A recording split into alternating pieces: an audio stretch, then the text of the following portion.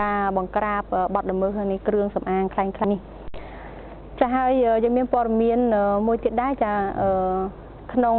សប្តាហ៍នេះចាគឺអតិថិជនទី3របស់សេកាដែលមានរង្វាន់ដែលមានសំណាងឈ្នះរង្វាន់1 លានរៀលជារៀងរាល់ខែពេញមួយជីវិតនោះត្រូវបានរកឃើញហើយគឺលោកជាសម្បត្តិមានទីលំនៅបច្ចុប្បន្នក្នុងសង្កាត់ផ្សារដើមគោខណ្ឌទួលគោករាជធានីភ្នំពេញហើយលោកជាសម្បត្តិមានអាយុ32ឆ្នាំចាប់ពីពេលនេះទៅលោកជាសម្បត្តិគឺនឹងអាចទទួលបានប្រាក់ឈ្នះរង្វាន់ពីក្រុមហ៊ុនទូរស័ព្ទចល័ត Selca ចំនួន1 លានរៀលជារៀងរាល់ខែអស់មួយជីវិតចានេះគឺជាលោកជាសម្បត្តិចាហើយជាបន្តសូមអញ្ជើញលោកអ្នក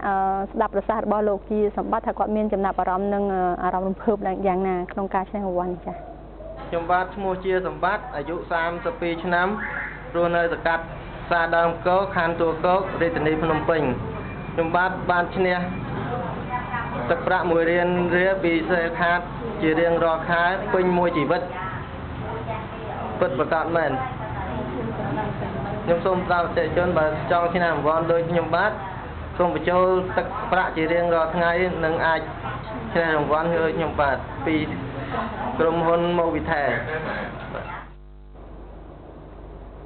ចាលោកជាសម្បត្តិគឺមានសំណាងឈ្នះរង្វាន់